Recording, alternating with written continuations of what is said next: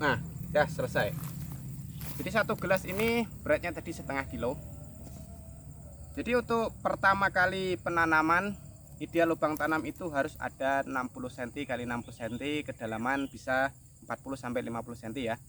Jangan lupa pupuknya NPK 12 12 17 itu sebenarnya sudah bagus. Tapi kalau memang secara pendanaan teman-teman itu punya lebih ya, boleh memakai NPK 16 16. Tetapi dengan catatan takarannya tetap sama, 3 kilo per batang per tahun.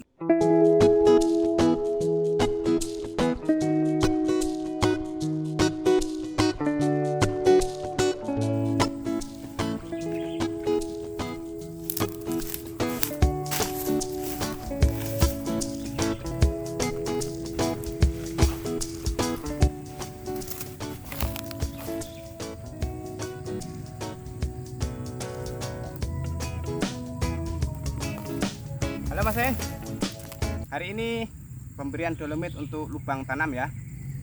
Jadi pemberian dolomit ini selama kita tanam kelapa sawit selama 25 tahun hanya sekali ya di dalam pemberian di lubang tanamnya. Ini bertujuan agar pH di dalam lubang tanah ini benar-benar normal. Jadi dapat menekan unsur logam di dalam tanah ini ya. Sehingga ketika kita melakukan pemupukan di fase TBM 1 nanti bisa maksimal. Jadi sembari saya taburkan dahulu.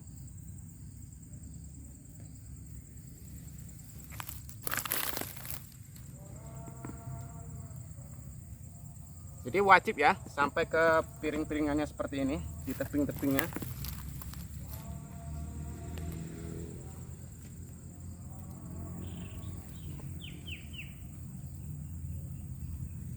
Sedikit lagi.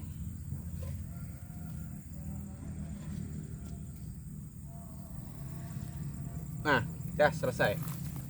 Jadi satu gelas ini beratnya tadi setengah kilo. Jadi untuk pertama kali penanaman, ideal lubang tanam itu harus ada 60 cm x 60 cm, kedalaman bisa 40 sampai 50 cm ya. Tergantung kekuatan tangan kita dalam mencangkulnya. Lubang tanam seperti ini kalau di tempat saya untuk pembuatan lubang ini ya berkisar Rp10.000 per lubang tanam. Jadi kalau 1 hektar itu ada 130 lubang, 130 batang nanti ya lubang tanamnya. Itu sekitar 1.300.000-an itu untuk biaya pembuatan lubang tanam ini. Lalu apa manfaatnya Mas? Kenapa harus dibuat lubang tanam besar seperti ini? Nah, sebagian teman-teman mungkin lebih memilih lubang kecil ya. Jadi kira-kira hanya seukuran polybag, kemudian kasih pupuk, tanam. Nah itu sebenarnya sangat merugikan ya. Karena di fase TBM 1 itu perakaran kelapa sawit kita itu belum tumbuh sempurna.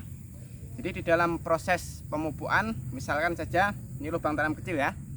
Kemudian kita melakukan pemupukan 30 cm dari batangnya.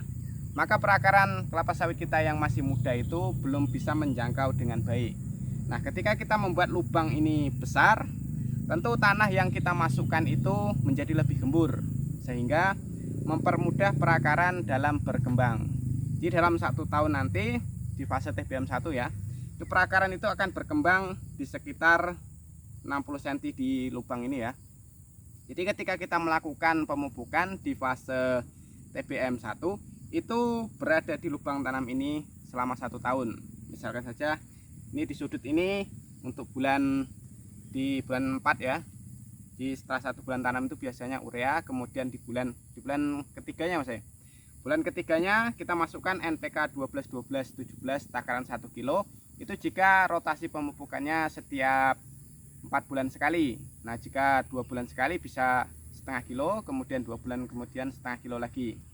Jadi peletakan pupuknya itu di sudut-sudut lubang tanam 60 cm persegi ini. Jadi nanti perakaran akan berkembang, kemudian mencarinya dengan sendirinya ya. Nah, ketika kita melakukan penanamannya nanti usahakan disisakan sekitar 5 sampai 10 cm. 5 cm saya kira sudah cukup. Itu tujuannya agar ketika hujan air dapat tertampung ke sini sehingga membantu proses pelarutan pupuk yang kita berikan di fase TBM 1 ya, bukan TM 1. Itu sangat penting Mas. Karena yang namanya menanam kelapa sawit itu bukan seperti menanam sayur ya. Jadi kita harus benar-benar mempersiapkan sedari awal apa yang harus kita lakukan, bagaimana cara mempercepat laju pertumbuhan di fase TBM 1 dan TBM 2. Nah, media tanam yang ukuran 60 cm x 60 cm ini sebenarnya adalah media polybag ukuran besar ya, tetapi bedanya langsung di dalam tanah. Nah, ketika medianya itu sudah kita siapkan dengan baik, maka nanti perakaran akan tumbuh dengan baik.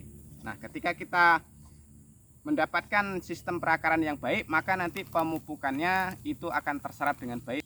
Ini dolomit yang setengah kilo kita tebarkan dahulu, bukan berarti langsung ditanam ya, jadi butuh waktu kurang lebih sekitar 1 bulan.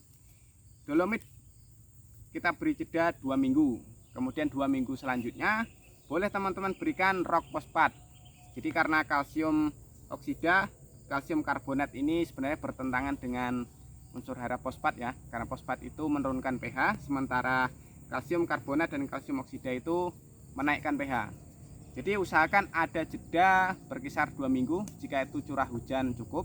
Jika memang sedang memasuki musim kemarau atau curah hujannya berkurang, maka usahakan sekitar 1 bulan itu baru kita melakukan penanaman. 2 minggu kita berikan rock fosfat untuk langkah selanjutnya. Setelah itu boleh ditanam, atau teman-teman bisa menggunakan dengan NPK 12-12-17 atau NPK 16-16 dengan takaran 250 gram per lubang tanam. Jadi nanti pemberiannya di dasar itu kita beri 125 gram, kemudian di pertengahannya setelah kita masukkan tanah itu kita beri 125 gram lagi. Ingat ya, di dalam pemberian pupuk NPK di lubang tanam itu tidak boleh kontak langsung dengan perakaran. Jadi kita masukkan pupuknya dahulu, kita timbun dengan tanah topsoil ya. Ini yang masuk kategori tanah subsoil, itu jangan dimasukkan di dalamnya. Kita masukkan tanah subsoilnya. Ini tanah yang topsoil. Nah, ini kita masukkan ke dasar kurang lebih 10 cm. Nanti bibit baru masuk, kemudian kita timbun lagi sampai di pertengahan, setengah dari plastik polybag kita ya. Nah, itu kita baru masukkan kembali NPK 12-12-17-nya 125 gram. Itu merata di pinggirnya saja. Nah, kemudian kita timbun lagi dengan tanah topsoil yang sisa.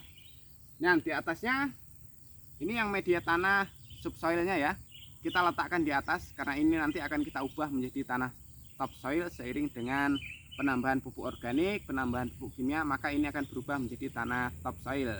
Jadi ini jangan dimasukkan di bagian paling dasar, usahakan yang di dasarnya itu menggunakan tanah topsoilnya ya. Oke.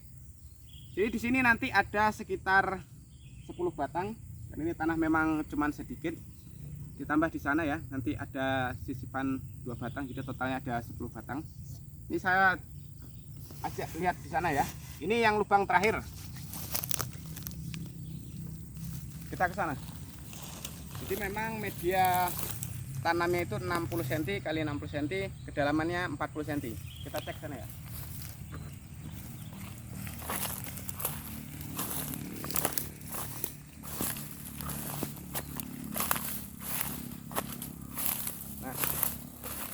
Ini juga sudah saya berikan dolomit. Jadi 60 cm 60 cm kali 40 cm kedalaman. Ini yang lubang kedua. Kita cek lubang yang ketiga.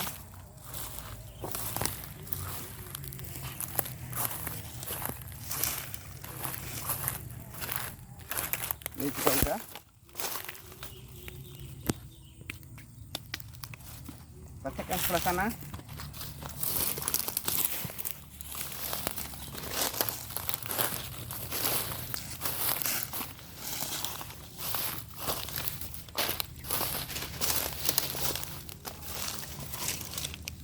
Nah, ini yang masuk kategori bagus tanahnya ya. Jadi tanah yang memiliki tingkat kesuburan yang baik itu tanah topsoilnya 30 cm dari subsoilnya ini ya. Jadi ini masuk kategori subur. Ini nanti kalau ditanam, ini pertumbuhan di fase TBM 1-nya nanti ini akan sangat baik karena tanah topsoilnya sangat bagus ya. Jadi 30 cm ke atas ini masih tanah topsoil. Jadi dengan membuat lubang besar seperti ini, kita jadi tahu bagaimana karakter tanah kita yang sesungguhnya. Jadi ketika kita menanamnya, kita sudah dapat memprediksi nanti mana yang laju pertumbuhannya baik, mana pertumbuhan lajunya yang kurang baik. Jadi di situ nanti kita bisa menentukan pemberian pupuk organik agar media tanahnya menjadi lebih baik lagi. Kita lihat yang sebelah sana ya Mas.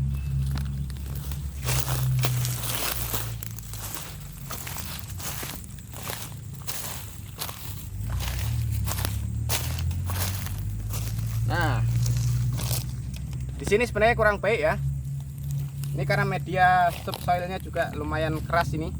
Di waktu penggaliannya tanahnya ini sangat padat. Karena dulunya di sini tempat berhentinya alat berat ya. Itu di zaman transmigrasi 1979. Itu waktu ayah saya datang ke sini. Jadi di sini tempat alat berat itu berhenti. Makanya tanah di sini padat. Jadi di sini nanti kita akan tambahkan pupuk organik supaya hasilnya lebih baik lagi, supaya tanahnya itu memiliki tingkat kesuburan yang baik. Ini lubang yang ke-6 ya. 1 2 3 4 5. Lubang ke-5 yang ke-6 di sana.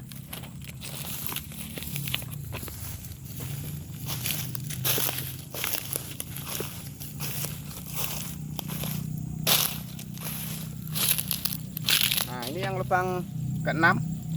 Nanti di sini akan saya tanam varietas yang ngambi. Ini penyisipan yang terakhir ya, karena dulunya bibitnya itu telat, jadi sekarang bibit sudah mulai siap. Kita akan tanam di sini varietas yang ngambi.